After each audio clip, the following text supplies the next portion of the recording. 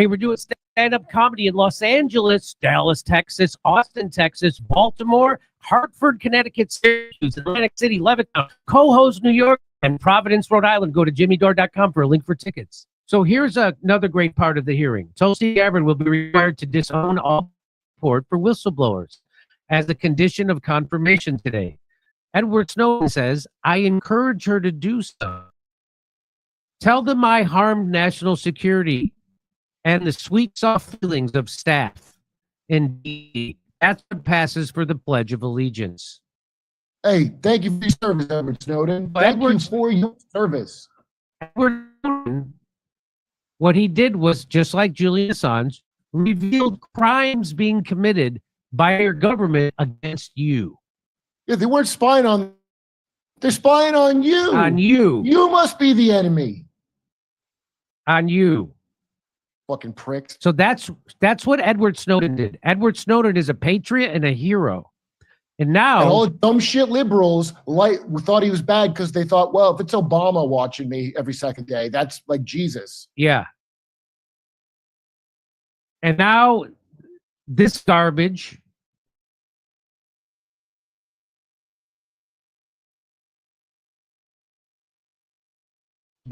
guy sounds like talk. Yeah. I'm well, pretty. How else would you do that job? I'm pretty sure he starts scoring with a shot. No, I'm not judging him. I'm not judging him. How's he get through his day? I feel, everybody has their own addictions. I was addicted to weed for years and years. I am currently. There you go. And so now he's going to try and get her to disown and disavow Edward Snowden and try to make Edward Snowden, who revealed crimes. They always leave that out. He revealed crimes that the government were committing against you, not against I hope he did info dump, which he didn't, but I wish he did. Yeah. I wish it harmed you all irreparably, you fucking cunt. Didn't Glenn Greenwald win a Pulitzer Prize for reporting on the stuff that Edward Snowden revealed? I'm pretty More sure. like a Putin prize. Yeah. So watch this. Do you believe, as the chairman of this committee believes, as the vast majority of members of our intelligence agency, that Edward Snowden was a traitor to the United States of America? Do you believe Edward Snowden is a traitor to the United States of America? Well, if he's a traitor, what does that make this dude? Right? What about the government that was illegally spying on their own citizens and lying about it? Are they traitors to America? Or the guy who exposed that? Do you see how everything is backwards in Washington, D.C.? Do you see how that is? Yeah. I like all the senators you never heard of come out for these things, and then you see exactly who owns them. Yep. Senator of This is intelligence. This is I will work with you to make sure that there is not another Snowden like social media. It's not a moment to propagate theories, conspiracy theories, or attacks on journalism in the United States. This is when you need to answer the questions of the people whose votes you're asking for to be confirmed as the chief intelligence officer of this nation. As my colleague said, this is not about you. It's about the people that serve the intelligence agencies of the United States. Is Edward Snowden a traitor to the United States of America?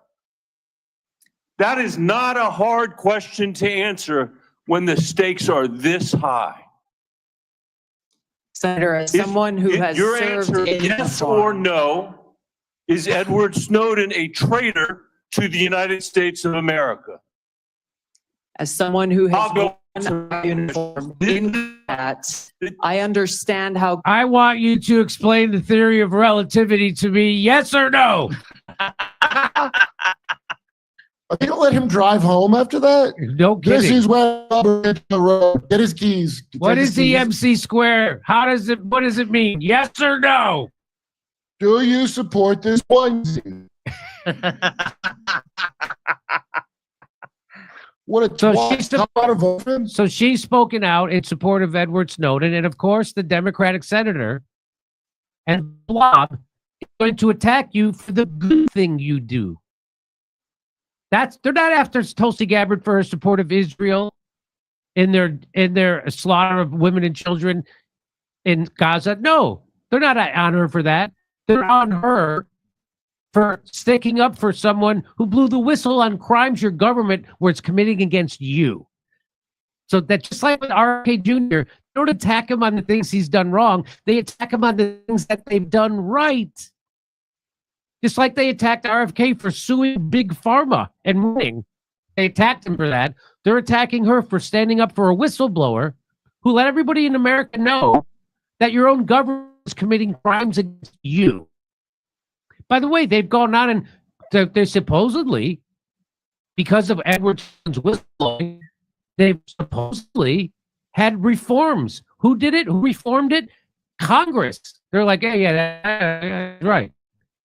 Here, watch this. Watch what she says. Critical, our national security. Apparently you don't. Apparently you don't. Let me. Do you unconditionally support anything that we tell you to do? Here we go. Mark Warner now tries to get Tulsi Gabbard to say Edward Snowden is a traitor. Edward Snowden is a hero who deserves a full pardon and a Medal of Freedom. Here we go. Simple yes or no question. Do you Yes still or no? think Edward Snowden is brave? Mr. Vice Chairman, Edward Snowden broke the law. I do not agree with or support with all of the information and intelligence that he released, nor the way in which he did it. There would have been opportunities for him to come to you on this committee or seek out the IG to release that information. The fact is, he also, even as he broke the law, released information that exposed egregious, illegal, and unconstitutional programs that are happening within our government. Excuse me. That led to serious reforms. Excuse me. Stop. Quit telling me of the thing that is the real point. No, stop talking about the real point. The point that the American people care about. Please stop doing that. Do you care? Congress undertook. Chairman, you got 5 minutes. So your answer, and these are your quotes. Brave, please join my bipartisan legislation calling for charges to be dropped against him. Do you disagree that legislation was? Do you believe he is brave or not? Yeah, Those words. once again, Senator, Edward Snowden broke the law. He also released information that exposed the United States illegal legislation programs. and your words are still your beliefs. Yes or no, please. I'm making myself very clear. Edward Snowden broke the law. He released information about the United States illegal activity. If I may.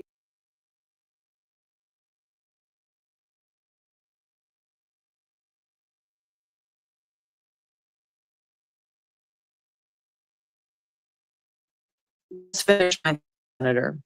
In this role that I've been nominated for, if confirmed as Director of National Intelligence, I will be responsible for protecting our nation's secrets. And I have 4 immediate steps that I would take to prevent another Snowden-like leak. Ma'am, I would simply ask you again. I don't think you're going to answer. I agree with Tom Cotton. He's a traitor. You, for years, until you got chosen by President Trump, have celebrated this guy as brave. You've called for him to be part.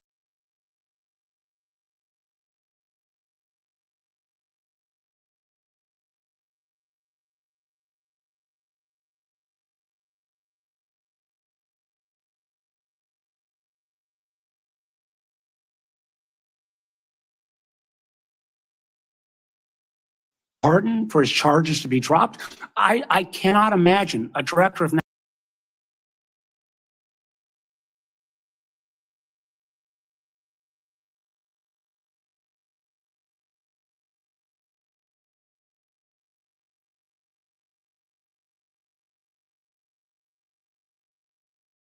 national intelligence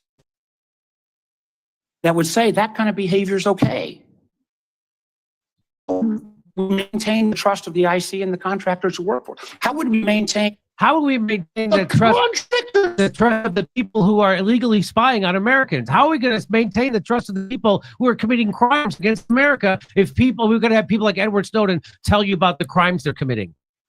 Find out whoever thinks Snowden's not a hero, the government, and get them the fuck out. That's a real easy way to clear the swamp or whatever the slogan Hey, is. you know who else defended? I wish she would have said this, but she didn't. You know who else defended Edward Snowden? Daniel Ellsberg, guy who, with the Pentagon Papers, who let Yeah. us know that the Vietnam War was one big lie. He's no traitor. Another guy they tried, Awesome. another traitor, right? Another guy they A tried, traitor to our contractors. a traitor to our contractors. Yeah, look at it. This is unreal. I hope everybody remembers the names of these motherfuckers. Yep.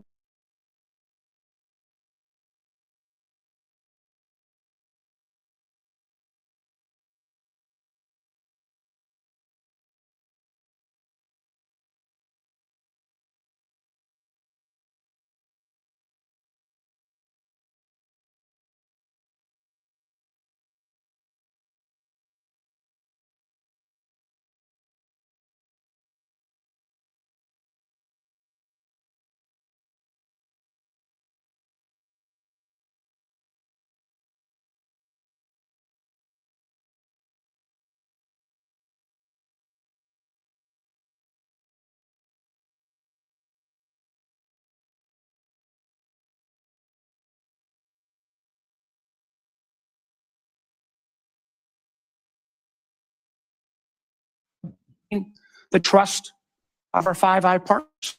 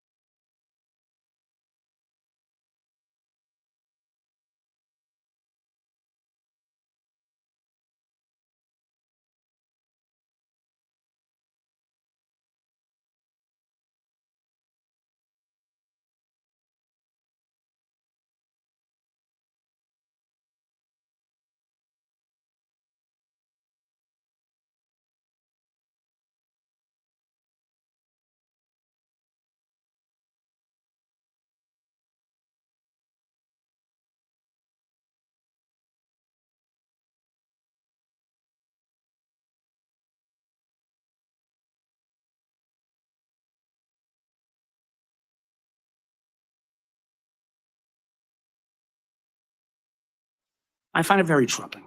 Let me The move to trust of our 702. Five I Eye know other members partners. are going to raise this. So, Oh, won't someone think the Five Eyes?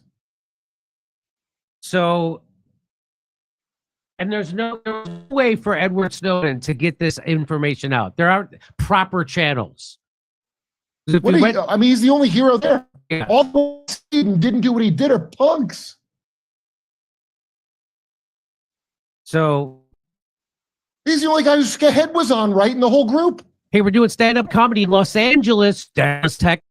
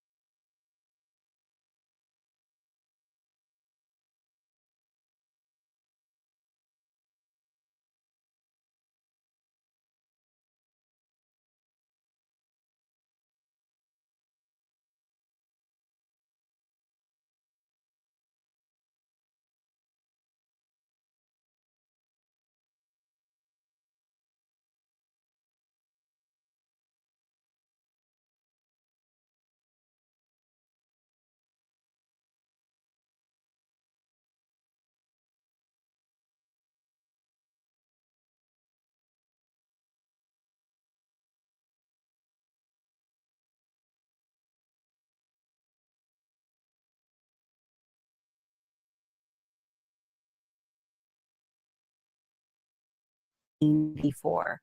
It was a fictional warning of the society to come, a prediction that a global elite would control a society with a centralized economy, where there would be thought police, criminalized speech, a ministry of truth, which would wipe away history and rule society with an ever-present. Today, that society, that fictional society, has become a reality. We have the ministry of truth in the form of mainstream journalists. They lie to protect the global elite, fact checkers and smears of any opponents to the official version of past and present. You know, I started to realize that 1984 was a reality when I quite accidentally stumbled upon the curious case of Brigitte Macron. Yes, the First Lady of France, as presented in a set of documents, a series written by a journalist named Xavier Poussard. He insisted that Brigitte Macron was actually born a man named Jean-Michel Trogneau. And I thought, that's so crazy. It's going to be so easy to debunk that. And boy, was I in for a surprise, realizing he had done years of research and presented a solid case that Brigitte Macron was in fact born a man. So now what's happened? Well, of course, they didn't accept that. The mainstream press called everybody crazy and a conspiracy theorist. And we've heard all of their words, their pedophile psychology, as I like to call it, thanks to Sigmund Freud being the father of that sort of gaslighting. Now I'm going to show you a photo, and I want to remind you not to believe your own eyes. Here's a photo of Brigitte Macron. She's vacationing with her husband on a boat. And here it is closer. And it does seem that there might be something that doesn't belong. But again, do not believe your own eyes. Ladies and gentlemen, you are in for a treat today because I have been in communication with a journalist that broke this massive story. In a fair world, and we don't live in one, you live a Pulitzer.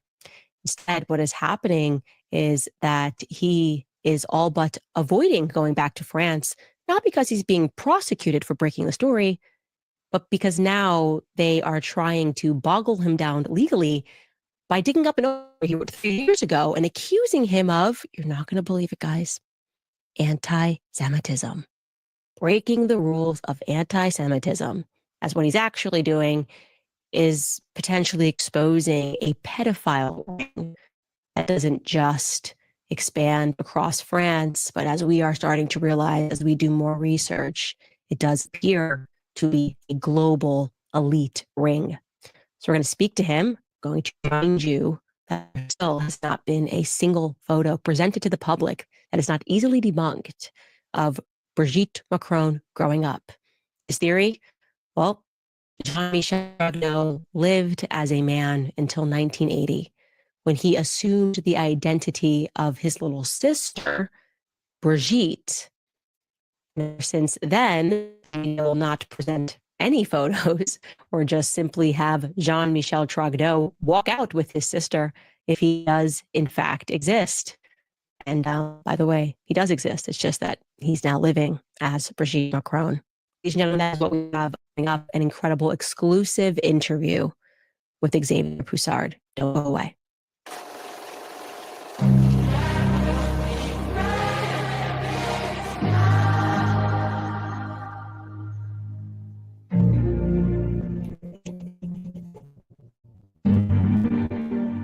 All right, guys, I promised you a treat. I am so excited to have Xavier here. And as I mentioned, there have been so many lies in the mainstream media just trying to distract people from looking into this strange case of Brigitte Macron, leading people to believe that the young woman is being sued because she lied about Brigitte being a man, when in fact that young woman did not publish the initial set of articles. It was published in Fait Set Documents, and the writer who we're taking with today, his name is Xavier Poussard. Xavier, thank you so much for joining me. I'll jump in right away with a question. How did you begin this investigation? Merci, Candace, pour l'invitation. Thank you for the invitation, Candace. First off, this investigation is just one. We're a confidential newsletter which is published in print. Essentially, our publication deals with news pertaining to power networks, and we're also an archive center. In 2012, we opened a file pertaining to Brigitte Macron because the history surrounding her seemed very strange. At that time, Emmanuel Macron was appointed principal advisor to the socialist president François Hollande. Sorry, could you say there appeared to be some documentation? Et en accumulant de la documentation, nous nous sommes Yes, as we accumulated documents and evidence, we saw that it didn't match the story of Brigitte Macron. At the time, there was an intense campaign by the media to promote Emmanuel Macron as a candidate against the right wing, and they were really promoting the character of Brigitte Macron as well. However, every time her story was told, inconsistencies kept emerging. The narrative in 2019 was that they had an age difference of 20 years and that she was Emmanuel Macron's French professor, a very gorgeous and beautiful woman, and that all the students were in love with her. This initial narrative that there is an age difference of 19 years, instead of incurring blame, the media stated Emmanuel Macron was almost of legal age. He was presented as this virile, promising, aspiring young man who was charming and seductive to this beautiful woman and who had the right stuff to be head of state. Even with just that narrative, the age difference, it's very strange to think that the media would not have further questions. And yet they sort of presented this couple as a love story, a modern love story of a woman who left her family because she fell so in love with a student. But then you were able to determine that even the ages that they were presenting to the public were not correct of when they fell in love. A senior journalist in French public television wrote a book proposing and confronting all the narratives about how they met. This included information that Brigitte Macron had been his theater professor, not his French professor, and that he was in fact 14 and she 39 when they initially met. Donc en fait, So in essence, it was a case of an adult involved with a minor. ensuite, on s'apercevait After having gathered all published photos of Brigitte Macron, we concluded that there was no clear continuum of her physical appearance throughout the years. Ensuite, la presse a The press had many members of the Trogneau family, Brigitte's family, to the French electorate, comparing them to the Kennedys, and not just a family of chocolate makers from Amiens, north of Paris.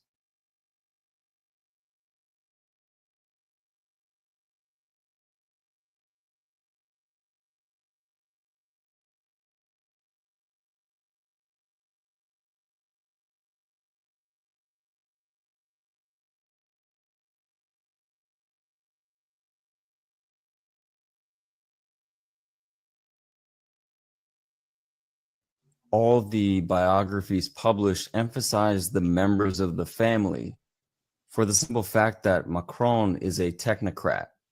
So to balance this, the media was selling an image of a family which was really grounded in the country, grounded in real France. et mais le problème c'est Even with all this, we discovered that there was one brother, Jean-Michel Trogneau, who did not appear in any of the biographies. I asked all my contacts, do you have anything on Brigitte? And in particular, one of my contacts, who is a civil servant, looked at me with a grin and said, he's a man. Well, if this is true, then who is this man? So the official biography should be rewritten. One of my contacts told me about Natasha Ray, a journalist who was able to explain and establish that Brigitte is a man. I contacted this Natasha Ray, and it turned out she was not a journalist, just a concerned citizen who, like me and like others, had asked questions about Brigitte Macron and who had compiled evidence and had started from the hypothesis that it was a man. While looking at the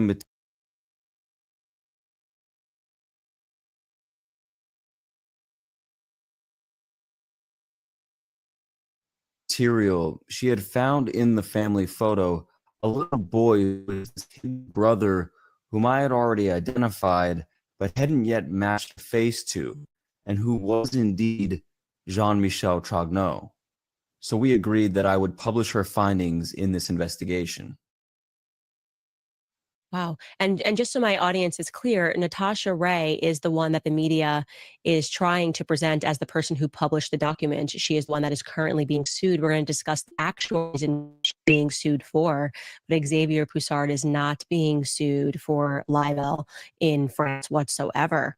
So you start to gather these documents and you start to realize the pictures coming together. And I just want to say, for me, one of the things I encourage my audience to do is believe their eyes. And as soon as I saw that there were really only 2 photos that were ever presented as a young Brigitte Macron, the first photo being the one that we're going to show right now, it was very obvious to me that Brigitte looked like the person on the left in the family photo. And this is the first photo that you see. I'm told that Brigitte is the person that's sitting on her mother's lap, but it's very clear to me that Brigitte looked exactly like the person on the left. And that was before I read the Jean-Michel Trogneau thesis. And then they presented the second photo, which is very clearly a recolorized photo, which looks exactly like Brigitte's daughter, who followed phone. And I just thought it was amazing that they were trying to pass off these fake photos, which is bizarre. So the legend, as you were just explaining, is that, oh, they fell in love when they were in school. It was lovely. Things went on. Brigitte's from a small town in Amiens. From her family were in the chocolate industry. You read his biography, you start realizing this is real. What did you do? What did your paper, rather, that you presented to the public, discover or not discover about Jean-Michel Trogneau? Who is Jean-Michel Trogneau? Alors d'abord sur la photo de Tiphaine, sur la photo présentée comme la communiante. First, on the photo of Tiphaine as the communicant, we cross-referenced this photo. Now, this photo is indeed Brigitte Trogneau, and this is where it becomes interesting. It is a fact that Jean-Michel Trogneau is an individual who calls himself Brigitte and has assumed the identity of his younger sister, Brigitte Trogneau. I'll summarize my conclusion from this as follows. The girl in white, the communicant, is Brigitte Trogneau. The central problem is that Brigitte, this so-called Brigitte, is not Brigitte Trogneau. It's her brother, Jean-Michel Trogneau. As soon as we started working with Natasha, she was immediately taken into custody and detained in the police station for this investigation. At the time, we did not have enough evidence, and so we relayed her hypothesis, which was partly false since we didn't have all the evidence. After the publication of these documents, all the proceedings in the trial against Natasha Ray target a video that she made herself on the channel of a clairvoyant. And actually, all the prosecutions are based on inaccuracies, which are due to the fact that Natasha Ray is not a journalist and not well versed in media rules and regulations. So after the first phase in 2021, from 2022 up until 2024, we continued our investigation and we were able to collect 5 exclusive photos of Jean-Michel Trogneau from the past, all in coherence, proving that Brigitte Macron is Jean-Michel Trogneau, and we were able to cover and compile 4 exclusive photos of Brigitte Trogneau. Of course, these are not of the public-facing Brigitte Macron. Donc, pour résumer, from these, the age difference is actually greater. Initially, he was 17 years old and met someone who was 36, then 14 and 39, respectively. But it is, in fact, a 14-year-old boy who initially met someone aged 47. Wow. This case is clearly about the abuse of a minor, as well as impersonation or identity theft. I'm not looking at this from a moral perspective, but rather from a legal one. In my newspaper, our methodology is a time-tested and solid one.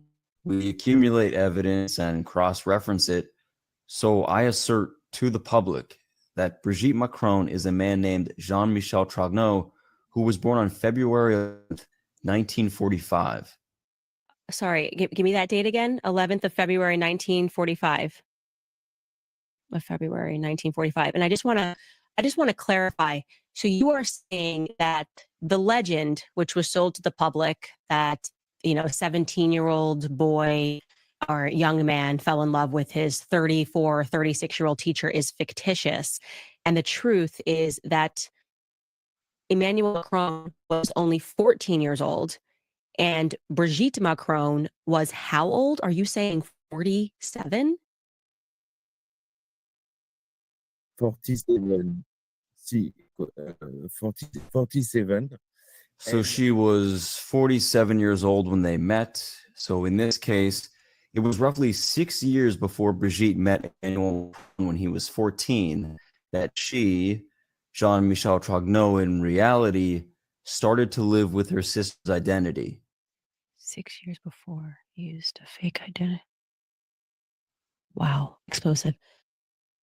So one of the things that I found very interesting was this story to me is such a huge story that when I actually read through your documents and saw all of the proof, it's undeniable that Brigitte Macron was born a man. And yet when you presented it to the public, and similarly when I presented it to the public, I would think the media would jump on this and begin their own investigations, but instead the media attacked it as a lie and as a conspiracy theory. How were you treated when you published the documents? And by the way, I just want to say, unbelievable that the state detained Natasha Ray before you had even published it. But once you did publish it, what happened in France? La réaction a été The reaction was immediate. First, Natasha was detained for a day on the presumption of misdemeanor, and it was probably because my cell phone was tapped. My webmaster was also resident in France, but I was not, as I was careful not to be in France at the time. After the publication of the first part of the investigation in 2021, all of our companies underwent a tax audit, the usual harassment procedure. There was a tax control on my companies, and once this case was published by Natasha and her psychic, all my bank accounts, personal and professional, were closed without explanation. All right, guys, jumping in to tell you about 7 Weeks Coffee, a company that aligns perfectly with conservative values. They're on a mission to find movement. 1 cup of baby is the size of a coffee bean. And so just to get that clear, so I want to make sure I get this right. So Natasha Ray was then immediately detained for a day, and then they launched a tax investigation on who? All my bank accounts, professional and private, were closed. Wow. And there was a strange ambiance in this case, a French ambiance in this case.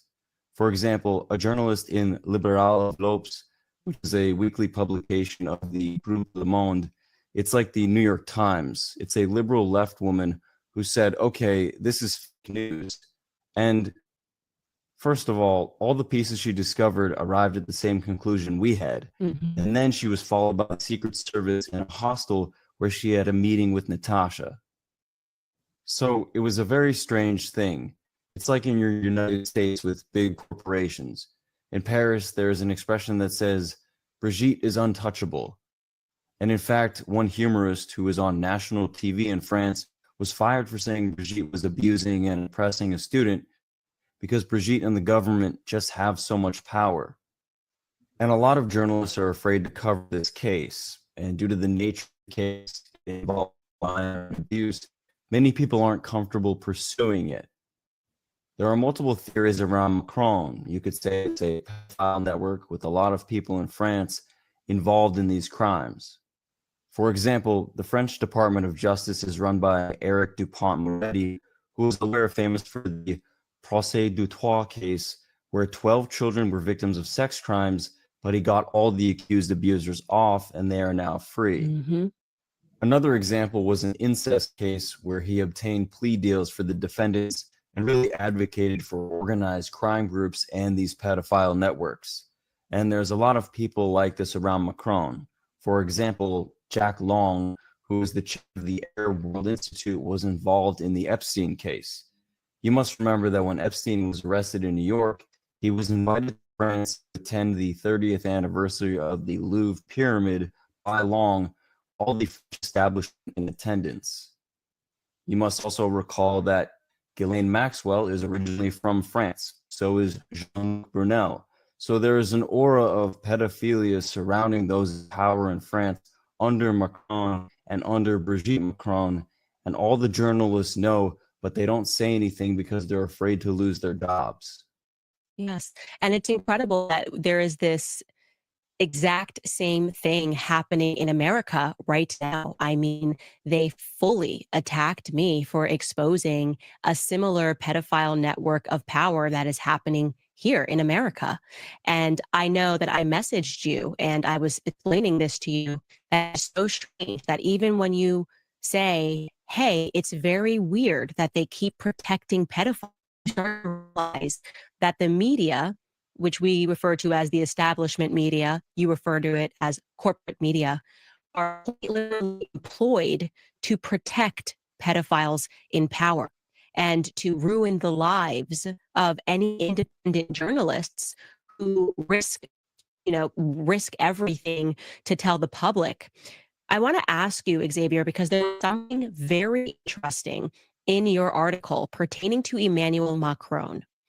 Now, my theory is that it is very plausible that they are putting pedophiles and their victims into positions of power so that they can control them all across the world. I believe they are putting pedophiles in power.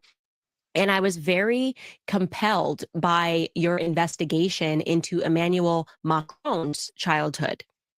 Now, the legend holds that he was raised by his grandmother and didn't have a very close relationship with his biological parents. Am I correct in stating that his grandmother worked at a trans clinic at some point, or Emmanuel Macron's family worked at a trans clinic? Can you elaborate on that? First of all, we don't know much about Macron. He grew up with his grandmother, and the house they lived in is now closed. It's very strange. There's no photos that exist of Macron with his parents before the age of 25. What we discovered is that a woman named Françoise Nogues, who was presented as the mother of Emmanuel Macron, was in charge of a medical program for transgender people in France. This information was never in the newspapers, and there are testimonies that we found where transgender people are thanking Françoise Nogues for this program. And the strange point here is when we researched the life of Jean-Michel Chagnon with Brigitte, we found that they're connected to Emmanuel Macron. All of these elements are very strange, and we must remember that Macron, before he was president, he was a banker at Rothschild & Co., but he doesn't have the qualifications to be a banker. Yeah. A colleague of his said that it is peculiar that he became the youngest associate. In the report, we see that Brigitte Macron is very close with David de Rothschild. Like family, he is the godfather of Macron. And you have to remember that David de Rothschild is the president of the World Jewish Congress. So it's for this reason that whenever anyone brings up Brigitte Macron and pedophilia, they are accused of anti-Semitism. For example, you, Candace, are accused of this. Zoe Sagon, who is a Twitter account who helped me publish this case, was banned after pressure from Jewish organizations. And during a radio show, I gave a list to the owner of a French media outlet, and France called Italy to bring accusations of anti-Semitism. 3 hours ago, this appeared in a left-leaning paper called Le Monde Diplomatique, and it's an official list that says, Rupert Murdoch, Fox News, you are an anti-Semite. It makes no sense. The question is, why is everyone who pursues this case of Macron being labeled as an anti-Semite? The answer is very simple. It is because David de Rothschild is the godfather of Macron and the president of the World Jewish Congress. And if you look at the Epstein case, there is a financial structure to support their operation. It's a mega created by Leslie Wexner and Edgar Bronfman, who was the chairman of the World Jewish Congress at the time. And the documents, the Austrian passport that the FBI found at Epstein's house, were a gift from Ronald Lauder, who helped Epstein in his case and later became president of the World Jewish Congress. You can see that it was this organization that called the Epstein case a controlled accident, and which Putin called a collective accident with blackmail on people who were really puppets. and do what they're told because they don't want their private lives shown to the public. This is fascinating. And it's fascinating because the fact that you are now being accused of anti-Semitism for a piece that you wrote 3 years ago. And in reality, what you're trying today is to expose a pedophile ring, and to know that that is exactly what is happening to me only affirms my belief. What we have right now is a pedophile ring that has assumed a ton of power in the world by pretending that any person that notices this pedophile ring is an anti-Semite. My theory is that these people are not Jewish. I think that they have, they publicly present themselves as being Jewish, but in reality, they worship and follow an entirely different faith, and it's satanic. That is why I have encouraged my listeners to learn who Jacob Frank was, to learn what Frankism was, because it never went away and it came to America. And when these pedophiles get caught, they say, "Oh, I'm Jewish. This is blood libel. This is blood libel." And it's so important for Jewish people to wake up and to understand that this is not blood libel. This is not anti-Semitism. These are demonic, monstrous people that are using Judaism to hide what their actions are. And this can't be the case that every person that discovers pedophilia is then accused of anti-Semitism by the very powerful media organ. So I want to ask you about Tafon now, the daughter of Brigitte Macron, because Tafon seems to be the only person in Brigitte's family that will lie for Brigitte. It's very public, Tafon. What is the actual relationship between Tafon and Brigitte? Did Brigitte father Tafon? Why is Tafon so involved in trying to convince the public that Brigitte is a woman, when it's so obvious that Brigitte was born a man? First, to finish on this point, you are Catholic, Candace, and you have to remember what is written in the book of Revelation. They say Jewish, but they're not really Jewish. They are a satanic synagogue. So this text is important.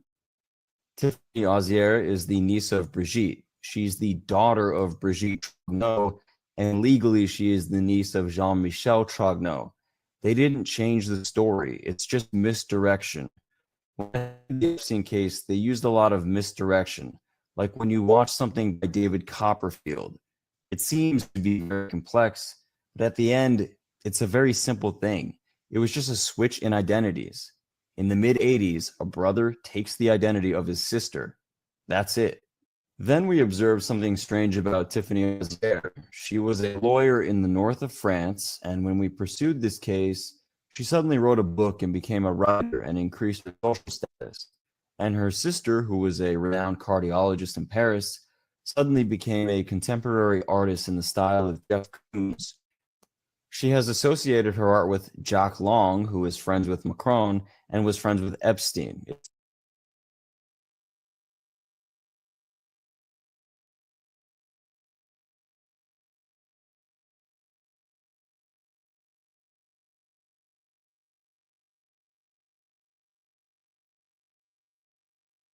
Where you came from, your bloodline, and who your family members are? What's this? I wanted to see what would happen if I sent my pet lizard DNA into 23andMe. And so with the help of my wife, we extracted enough saliva to send off in the mail. We were so excited to see the results. After about 3 months, we were shocked. My lizard was 51% Ashkenazi Jewish. He was also 48% West Asian. This was really interesting. They also gave us a little bit of his background and his history, what he liked to eat, etc. Drop your comment down below and let me know what you think about this. More and more sophisticated surveillance regimes throughout the world, not just by authoritarian regimes, but also by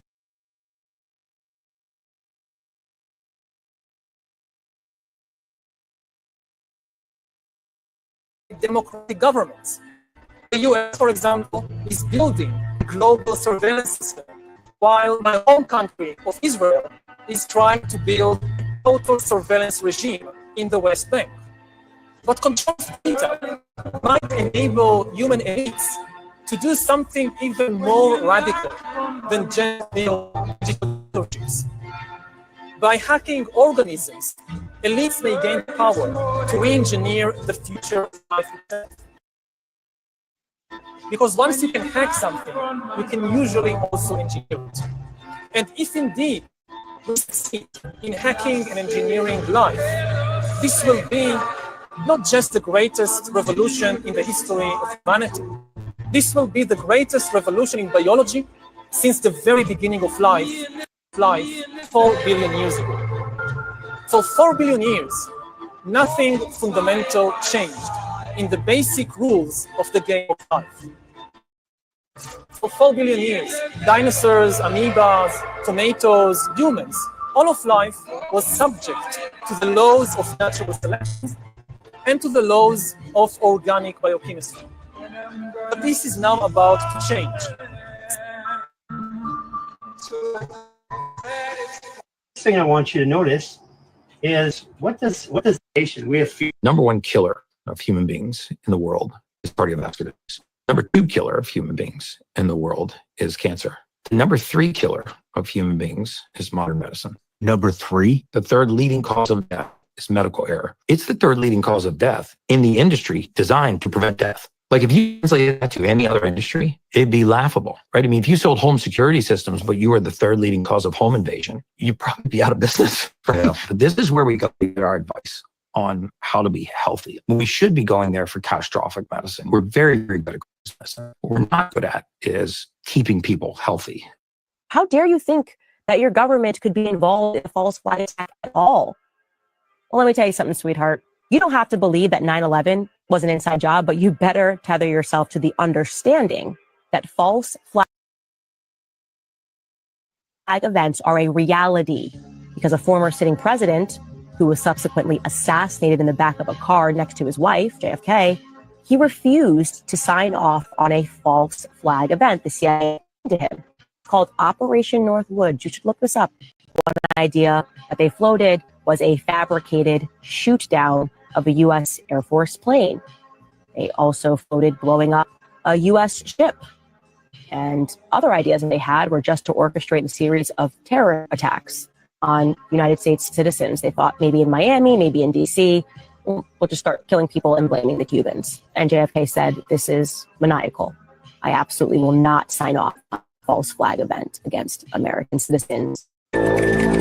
Look what's happened in the last 23 years. A disgrace. I personally investigated the Oklahoma City bombing case.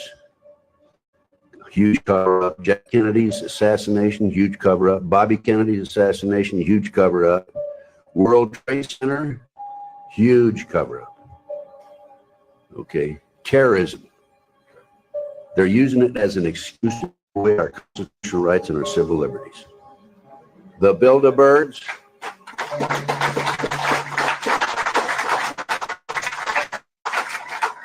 The Illuminati, Bilderberg, New World Order are the element behind this. It dovetails into the satanic movement, and this movement has infiltrated into our intelligence community, the once great FBI and the CIA.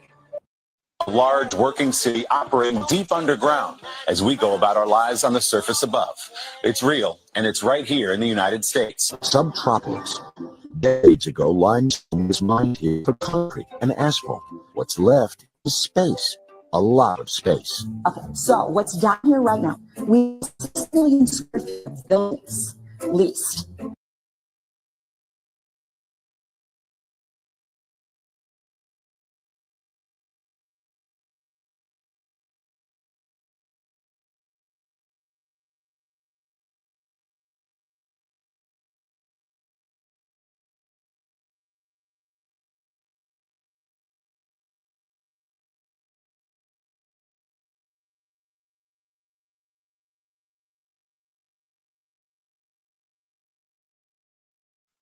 to 55 companies.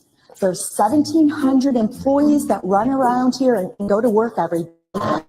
Massive industrial park, all underground. Do you ever worry like the world could come to an end upstairs and you guys would just be down to safe, falling away, right? That's like Fort Knox there. Security is a big selling point. Subtropolis is basically disaster-proof. Another selling point, Subtropolis is always 65 degrees, always.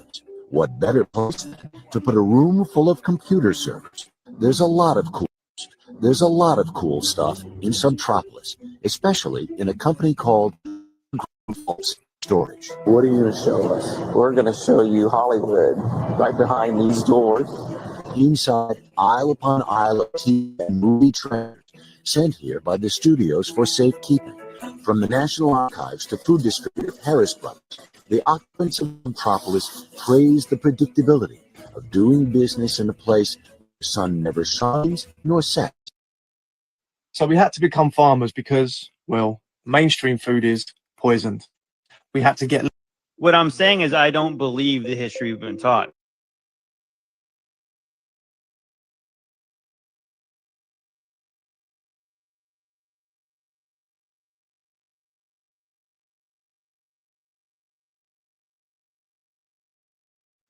Here's a good example. Have you ever heard about Lewis and Clark going across the Mississippi? In 1803, there was nothing there supposedly back in those days. Okay, so now think about that. So we're talking about like 200 years ago, there was nothing west of the Mississippi as far as America was concerned. Now talk about when these cities were founded and became cities like we know today. And explain to me how that makes even a lick of sense. Like, so how did Chicago go from like literally like a tent city in 1840 to Chicago like we know it by 1860? You think about all the central planning that would have took. Then you go like San Francisco. San Francisco like had 1,000 people in like 1840, and then there's a panoramic shot very famously, and it shows the whole city in 1873, and it's a full-grown city. There ain't one bit of construction happening right there. Let me explain what I mean by the false narratives. It's true.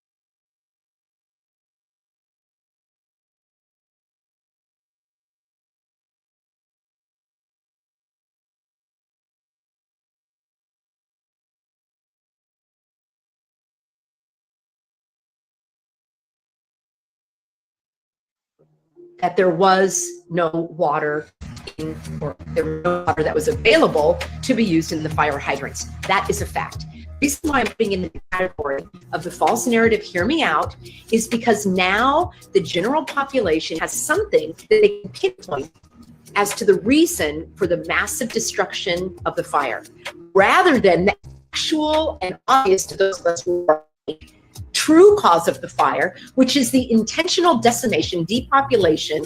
This is a warfare of the populace, all right? It's a hard fact for people to face, and I have a great deal of compassion for those who don't want to hear these things and be faced with it, you know? Okay, for those of you that know what's going on, I want to caution you to not be carried away by these false narratives. Then the conversation becomes, wasn't there water?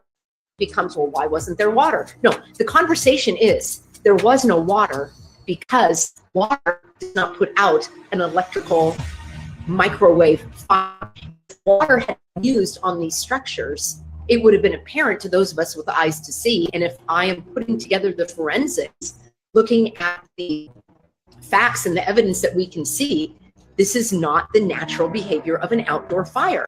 Shall propose for cooperative effort between all the nations in weather prediction and eventually in weather control. For decades, those with eyes to see, have been aware of chemtrails in our skies. And for decades, we were called conspiracy theorists. But in 2016, while serving as director of the CIA, John Brennan admitted that chemtrails are real. Another example is the array of technologies, often referred to collectively as geoengineering, a method of sphere with particles that can help reflect the sun's heat in much the same way that volcanic eruptions do, reducing some risks associated with higher temperatures, providing the economy additional time to transition from fossil fuel. This process is also relatively inexpensive. The National Research Council estimates that a fully deployed SAI program would cost about $10 billion yearly. In 2007, it was announced that nano-sized particles, known as smart dust, can be dispersed via aerial spraying. The military has contracted several multinational corporations to develop wearable biosensors.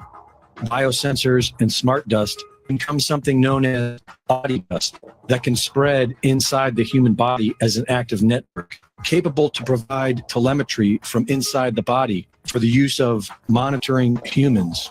Very patent for using polyethylene glycol derivatives as a way to modify the weather.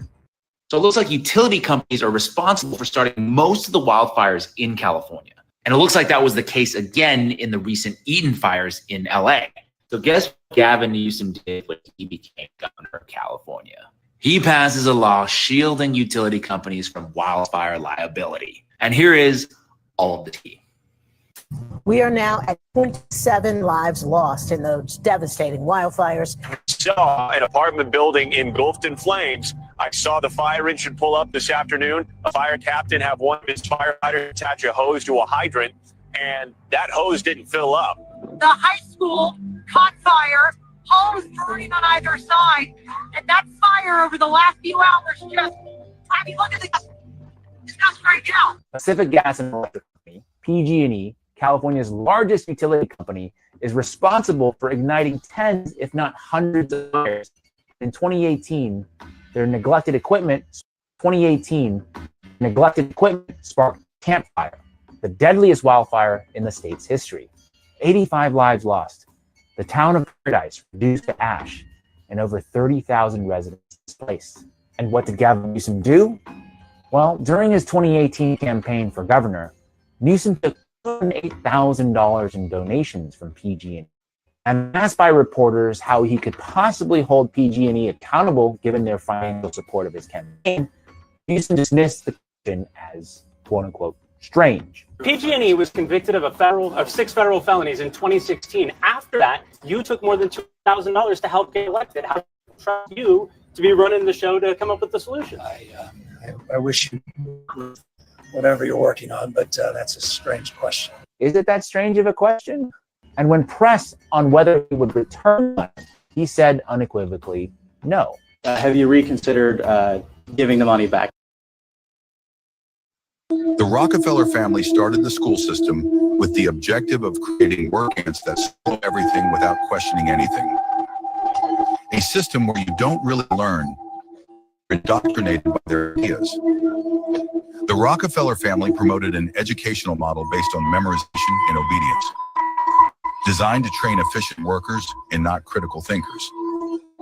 This approach aligned with the needs of the Industrial Revolution, providing docile and easily manageable labor for the productive system.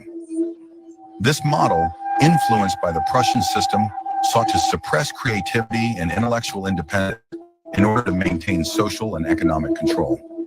The purpose of the elite was to create a population that would unquestioningly accept established structures, thus ensuring the perpetuation of their power and wealth. And let me tell you something, dear viewer.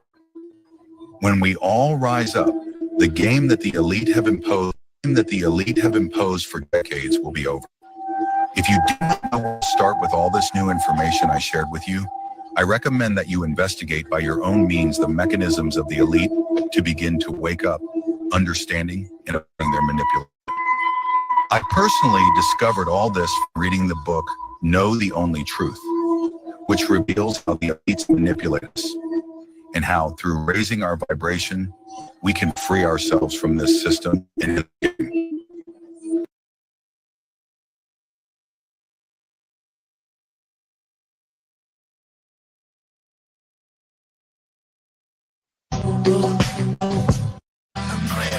me get this straight. You're saying that the major beverage companies, food companies, all of them are bribing the scientists, bribing the agencies to endorse their formulas, their ingredients for food, to say that they're good, say that they're okay. And in fact, those ingredients are meant to addict people to the foods that they're selling. It's the express purpose. I was shocked as an employee to see a list of names of professors from Harvard, from Tufts Nutrition School, from Stanford. And as a employee working for the food companies consultant, I steered money to those schools. The food industry funds nutrition research in the country 11 times more than the NIH. You are loath to find nutrition researchers not directly paid with the direct consulting agreements bribes, and their research is predominantly funded by the food industry. I can tell you from working for this industry, that's not a philanthropic will for unbiased research. The food industry is spending hundreds of millions of dollars on nutrition research to enhance their bottom line. It's to normalize these addictive foods.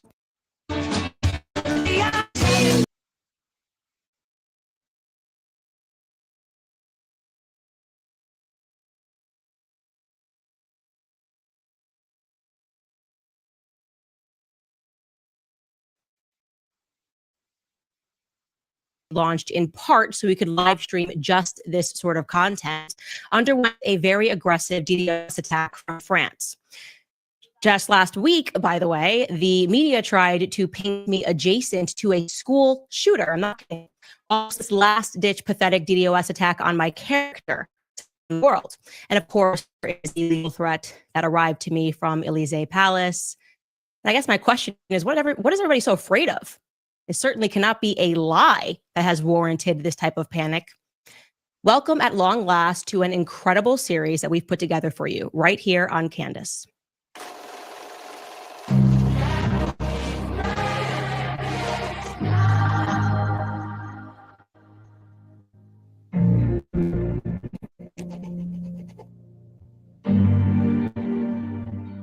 All right, you guys. So this episode really is meant to be just an introduction to introduce really the English-speaking world to what has been going on in France, because really, no idea. We have had no idea. So let's just start at a place that we can all agree on, okay? Receiving a legal letter from a sitting president of a foreign country is extraordinary. So extraordinary that it may have never happened before in human history, okay? When I said I would stake my entire professional career on the fact that Brigitte Macron, the First Lady of France, was born a man.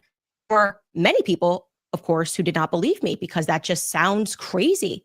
But even people, thanks to Emmanuel Macron's strongly worded letter, which he had his legal team put together and asked not to publicize, are now starting to pay a little attention.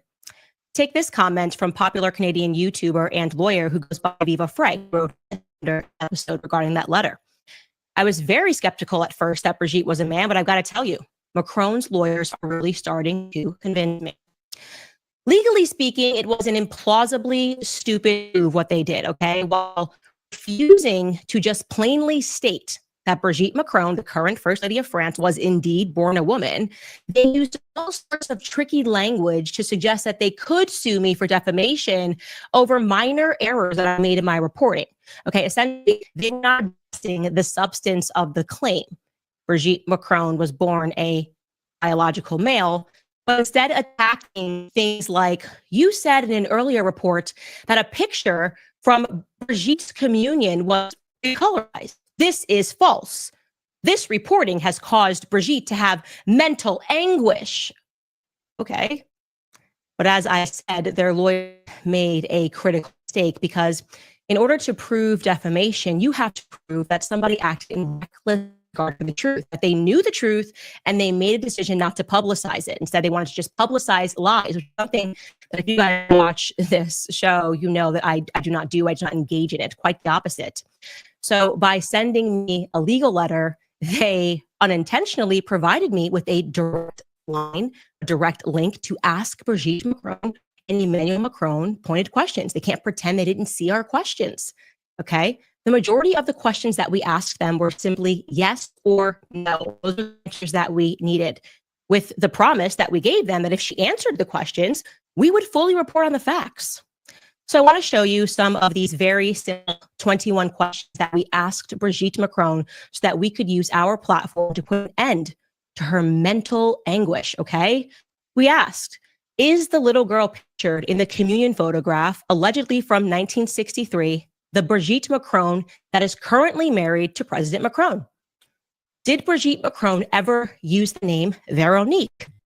Can you account for all of the children from the Amiens family photograph and their current whereabouts? Did Brigitte Macron physically give birth to 3 children? These are easy questions, guys. Is Brigitte Macron the same person pictured in the Ozier wedding photograph? Did Brigitte Macron ever have a relationship with Veronique Drew? Would you please provide photographs of Brigitte Macron in the 1970s? Would you please provide school photographs of Jean-Michel Trogneau, a person they purport is her brother, and Brigitte Trogneau, preferably together? When did Brigitte Macron first meet President Macron, and under what circumstances? What were their respective ages when they met? Did the Macrons have an intimate physical relationship before President Macron turned 18? And if so, at what age did the relationship begin? Have your clients attempted to correct the French version of Wikipedia, which states that Brigitte Macron, regarding Brigitte Macron, quote, the age difference of more than 24 years between the two lovers causes a scandal in the Trogneau family, especially since their relationship could fall in the scope of Article 22727 of the Penal Code, which establishes the offense of sexual assault on a minor. Have your clients initiated legal action against the International Pedophile and Child Emancipation Lobby, which cites Macron's relationship in its publication, Positive Memories, on a list of, quote, positive, loving relationships with children? Like I said, these are pretty simple questions. If you are a person and you are going through mental anguish because people are talking about you being born a biological male, wouldn't you race to answer those questions? Yeah. Well, apparently they simply were not anguished enough to hire. They were anguished enough to hire and pay an American legal firm in DC to send us a 100-page lettered threat, but they simply were not anguished enough or could not muster the energy to answer 21 basic questions to put an end to the scandal. We received no response from them because we knew that we would not receive a response from them because, well, they're lying. They are, in fact, lying to the public about Brigitte Macron's past identity. And a court case would have given us the opportunity to prove it via subpoena power. America is not France. And the state of Tennessee should tell us there. So let me tell you why this story matters worldwide, okay? Because this is not just something that impacts Europe. It has international implications. For example, the unprecedented raid on Donald Trump's residence at Mar-a-Lago over documents that he had taken from the White House. You guys remember that, right? Check out this headline that was in The Guardian. Trump boasted that he had on Macron's sex life. Inventory of what was seized at Mar-a-Lago caused a transatlantic freakout between Paris and Washington. I'm sorry, what? What could he have stumbled upon about Emmanuel Macron's sex life that would have caused a transatlantic panic? Here's a Rolling Stone headline to the same effect. It reads, Trump bragged that he had, quote unquote, intelligence of Macron's sex life. The FBI seized a document with info on the French president during the Mar-a-Lago raid that has officials in both countries hunting for answers. Oh, okay. Why would you be stressed as a president? What were your tastes? And here is an excerpt from that Rolling Stone article, because this really is incredible. Most people don't remember this, okay? It reads, then, of course, the mere revelation of its existence triggered a transatlantic freakout, according to 2 other sources familiar with the situation and Trump's prior talk about the Macrons' allegedly naughty ways that not very many people know, only intensified those concerns. Both French and U.S. officials worked to figure out precisely what Trump had on Macron and France's government, and if any of it was sensitive in nature, the sources said. Official nations wanted to know if this discovery signified some kind of a national security breach, or if it amounted to a frivolous but stolen keepsake. Oh, okay. You wouldn't be freaking out unless there was something to be freaking out about, and that Trump actually had intelligence that ruined things. Now, I can remind you guys of the infamous Summer Olympics of 2024 Yeah, just last year, where the entire world watched as drag queens carried a torch and performed the opening ceremony. The Macrons, in my view, explicitly lied in their legal letter to me when they said that it was not mimicking the Last Supper, it's not satanic. Okay, here it is. Here is a side-by-side. And because as we unpack this series, you are going to see that do not believe your own eyes is a repeat Macron instruction, okay? There's a Last Supper. On the left, Leonardo da Vinci's Last Supper, and on the right, there are the Paris Olympics. Okay. But even if you really want to believe your eye, it would be reasonable to assume that we could at least believe the people who performed in the ceremony, right? The lead performer was a lesbian named Barbara Bush. And following the performance, here's what Barbara Bush posted on Instagram. Oh yes, the new gay testament with an LGBT flag. And she tagged some other people in her community. Yeah, that would register to most people as satanic, an inversion of the New Testament. But after the backlash and after the producers of the Olympics had already confessed to Page Six that it was supposed to be Leonardo da Vinci's Last Supper, they attempted to backtrack and backpedal and officially claim it. Actually, it was a pagan feast that they were making. But what escaped the public at large was the fact that Thomas Jolly, that was the artistic director of the performance, was handpicked to put this ceremony on in the presence of none other than First Lady Brigitte Macron, who went to see him back in 2022 at the premiere of his musical Starmania, which he produced. Emmanuel Macron, according to the Spectator at least, then personally ordered Jolly to outdo the London Olympics. So I want you guys to make no mistake, both he and his quote-unquote wife were both intimately involved with the ceremony. As we unpack the story of Brigitte and Emmanuel, you are going to notice some strange recurring themes. That scandal and transgenderism, incest, and sexual perversion just keep accidentally following them wherever they go. Part aside the fact that even if you believed that Brigitte Macron was a woman, and I'm telling you she isn't, and you won't be by the time we're done with this series, you would have to accept that her love story with Macron is completely unpalatable, okay? It begins when she was a 39-year-old teacher at La Providence School, and she saw a 14-year-old boy, Emmanuel Macron, perform in a play, and that was it. That just completely swept her off her feet. Okay, apparently a love story for the ages. By the way, that was one of many first red flags for me. A 14-year-old boy and a 39-year-old woman. I'm sorry, this is not a thing. Okay, I'm 35. Do you know what a 14-year-old boy looks like? Boys don't even complete puberty until they're about 16 years old. There's nothing manly, nothing attractive. They look like children. That's what they look like. They look like children. Boys mature at a slower pace than girls mature. Even when you hear the stories of a woman and they call her a cougar, they don't call her 4-year-old boys. They like a young Brad Pitt from Troy looking guy in his early 20s, okay? Not a 14-year-old boy. So that registered to me as remarkably strange. I can't even think of a cultural example of a woman who was in her mid-30s, about to turn 40, that found a 14-year-old boy attractive. You guys can help me find one, okay? So once the couple moved into Élysée Palace, that's the French White House, weird scandals began to follow them. For example, for whatever reason, it became known to the public that Brigitte Macron, who thought something of a designer, wanted to install an erect penis with golden balls to become the new spire for the Notre Dame Cathedral. Yes, you heard me correct. Here is a headline in the Daily Mail to back that up. Brigitte Macron backed an erect phallus with golden balls as the new spire for the Notre Dame Cathedral, France's former culture minister claims. This is not a conspiracy. The former Minister of Culture was Roselyne Bachelot. She openly admitted that Brigitte Macron adversed her modern designs in January of 2021. That's a theme. Brigitte likes freaky art. That's just what she's into.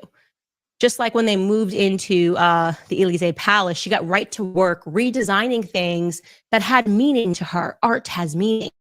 One example, she handpicked a carpet from an artist known as Claude Levesque. Okay, this is a photo we're showing you right now of that handpicked carpet. She really wanted to get involved, and that piece was known as Black Sun. Okay.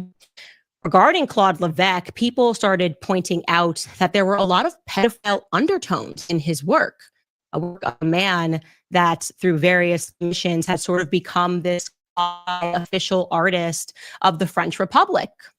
Le Monde, and just so you know, Le Monde, you're going to hear me speaking about that a lot, that is the French equivalent to the New York Times. This is what they wrote about Claude Levesque's lifestyle.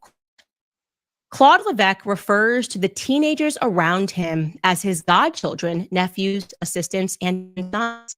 These cuddly toys and teddy bears that he carries around the world and he takes out for meals that he displays in every nook and cranny of his two homes were, according to the artist in his interviews, quote, given to him by friends, memories that were too intimate to talk about. His obsession with the world of childhood is seen as an quote-unquote artistic foundation, the fantasy of someone who is far more at ease with children than with the world of adults. The visual artist describes his sexual tastes and his relationships with young boys as, quote, linked to libertarian thought and the punk movement. If you look closely, allusions to these forbidden relationships are found throughout his works. Here, there will be a quotation from Michel Tournier's Le Roi de Aulnay, which is a book that is about a guy. It has a lot of pedophile overtones, just so you know. Over there, a reference to The Night of the Hunter with Robert Mitchum as a diabolical preacher talking to innocent children. There's countless allusions to Visconti's cult film Death in Venice, where a beautiful teenager, Tadzio, is idolized by an aging man. Other allusions are more cryptic, such as this press clipping that appears in his book College in France. And it alludes to Jackie Kaisermertz, a pedo-criminal school teacher who went on a rampage, this is a true story, in Nièvre, that's a French town, from 1970 to 1997 with more than 70 victims.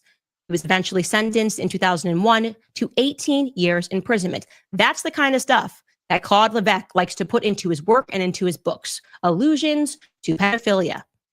So you guys are going to be a little bit shocked right now to learn that Brigitte Macron eventually had to remove his carpet from the office. You see, there's a picture of Macron sitting on top of his carpet, and they had to remove it in 2021 because the attraction to his work became a little bit embarrassing when multiple legal procedures began against Claude Levesque for statutory rape. Came to light in 2021.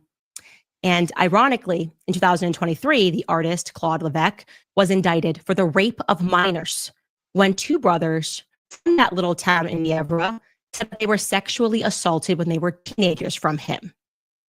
But no doubt, it's another oopsie. It's probably just an oopsie from Brigitte and Emmanuel Macron, who knew that the artist who kept putting pedophilic stuff in his artwork was actually going to be charged for the rape of a minor. That's crazy. I should mention to you now, by the way, that Emmanuel Macron, who was at first inaugurated in May of 2017, had his presidential portrait done. Okay, that's it. And chose an interesting book to include in the background. Book by an author known as André Gide, a self-admitted pederast. Okay. Now, a pederast, if you are not familiar with that term, according to Merriam-Webster, is a man who engages in sexual activity with a young boy, okay? If you're wondering, how does that differ from pedophilia? The answer is that pederasts are adult men, specifically, who are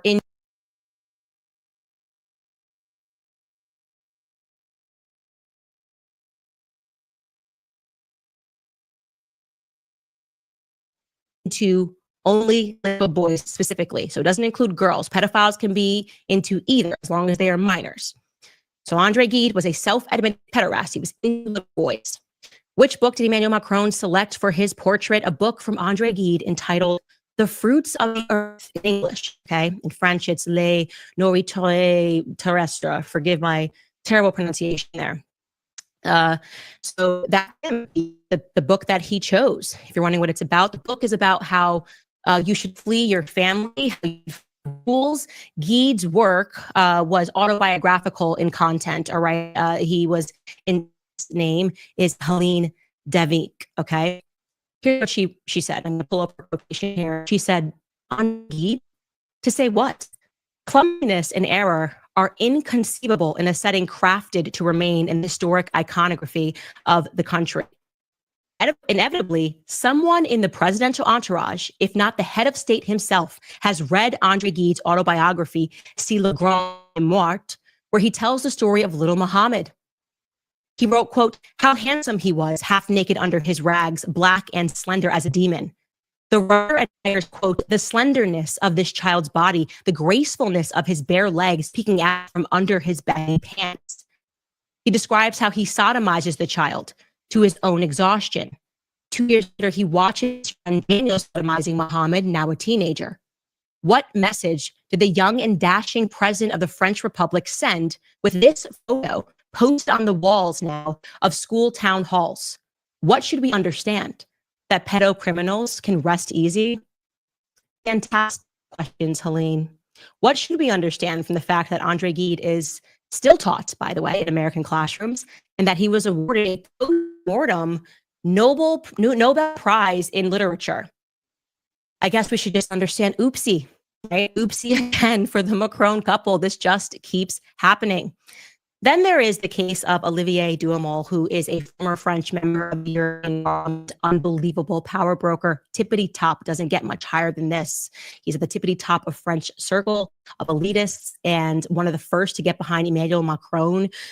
When you read stories about him, he's like so powerful that at these elite clubs where he's the guy that can walk inside and doesn't have to pay attention to the dress code. Okay. So he got behind Emmanuel Macron right away, attended several campaign meetings, and would be passing notes to Macron. And when Macron qualified for the second round of the presidential election, he celebrated next to Macron at a restaurant called La Rotonde. And after Emmanuel Macron won, he used his name, which is called Pouvoirs, to compare Emmanuel Macron to General Charles de Gaulle. So again, this magazine is owned by Olivier Duhamel. He was just doing the press and the propaganda on how amazing Emmanuel Macron was, defending him against any media critics.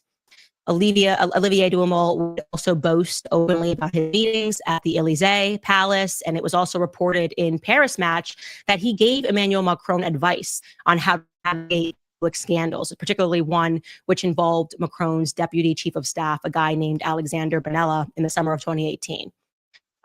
Duhamel was also present at a lunch where Brigitte Macron handpicked Macron's prime minister. Again, we'll get into that. Brigitte Macron handpicking the prime minister. Why was it Brigitte? Which led the public to asking questions about what Brigitte and Duhamel had in common, how they knew each other. So I have to imagine that for Emmanuel Macron, it really came as another oopsie, the couple, when in January of 2021, Olivier Duhamel's stepdaughter, a woman named Camille Coucher, published a book and publicly accused him of having sexually abused her brother, Antoine Kushner, when he was 13 or 14 years old. Le Monde, again, that's the equivalent to the French New York Times, were the ones who broke the story. Now, according to Camille's book, which was entitled in English, The Big Family, La Famille Grande, the rapes took place at Duhamel's summer residences, one called Mas de Gonesse d'Or in Saint-Mer, forgive me for this terrible French, where apparently generations of the Duhamel clan had entertained the crop of the French intelligentsia, whose morals were now being exposed publicly by her. One of the publications, the publication France, wrote, quote, in the evenings, kids sometimes have to act out sex scenes in front of their parents. This is what was taking place at Duhamel's residences. So on right, one evening, the teenagers are asked to tell how they lost their virginity. On another, mothers dress their 12-year-old daughters in provocative outfits, smear them with lipstick, and send them off to dance with men that are 30 years older. Paris Match wrote, quote, hardly anyone is offended to see Camille, then just a teenager, being asked to simulate an orgasm in front of the adults. Now, regarding this, you're probably wondering, was he brought to justice? Or maybe you're wondering, hey, maybe she's not telling the truth, right? Maybe she made love because this is a powerful guy. Oh, lucky for Olivier Duhamel, statute of limitations had already expired, so he was never brought to justice. But in mid-April of that same year, it was reported in the French media, and you can fact check this on Wikipedia, he admitted to it. he admitted that he sexually abused his stepson. I know, guys, just another oopsie in the Emmanuel Macron and Brigitte Macron orbit that keeps coming up. Now, I am giving you not even the surface of what it is that I know about the couple, okay? This literally is an introduction because everything that I am saying, I know the English world never heard, which would make you go, what the hell is wrong with our media? What the hell is wrong with our media that when I began to try to report on this story, they came for me. They started painting me as Adolf Hitler. They started canceling me to get fired. I was fired. It was in March that I first reported of last year on the story, and it was in March that same exact year that I got fired from my former employer. And nonstop have been fighting the press since. And God, by the way, you should know that there is this strange case of what happens to every journalist who tries to touch the story. First and foremost, Isabella Ferreira, I think I mentioned this on a past episode. She was one of the Jean Gilets, the yellow vest people who began prodding the story as an independent journalist, happened upon some huge information pertaining to the relationship of Emmanuel Macron and Brigitte. But then she was found dead. She was found dead floating in a river.